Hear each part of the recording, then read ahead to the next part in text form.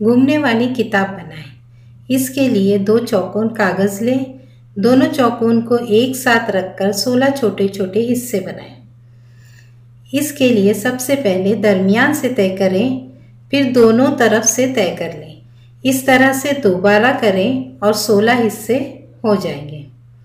अब एक कागज को दरमियान से काट लें, जिससे 4x2 के 2 टुकड़े मिलेंगे।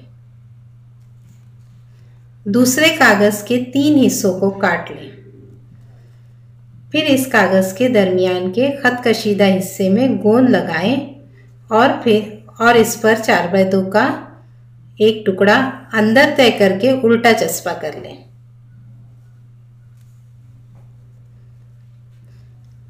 अब जो आखिरी हिस्सा बचा था, इसे भी काटकर अलग कर लें। फिर 4x2 का टुकड़ा लें और यहाँ भी गोंद लगाकर इसे उल्टा तय करके चस्पा कर लें। अब आपकी 14 सपाती किताब तैयार हो गई।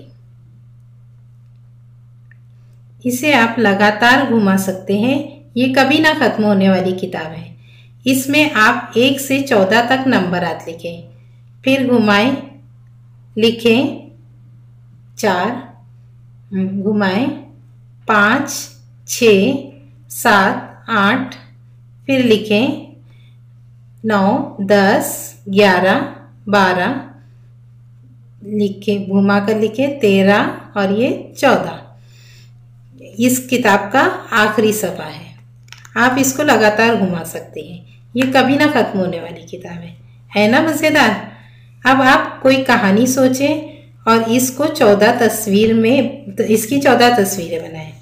इस तरह से आप कभी ना खत्म होने वाली किताब बना सकते हैं।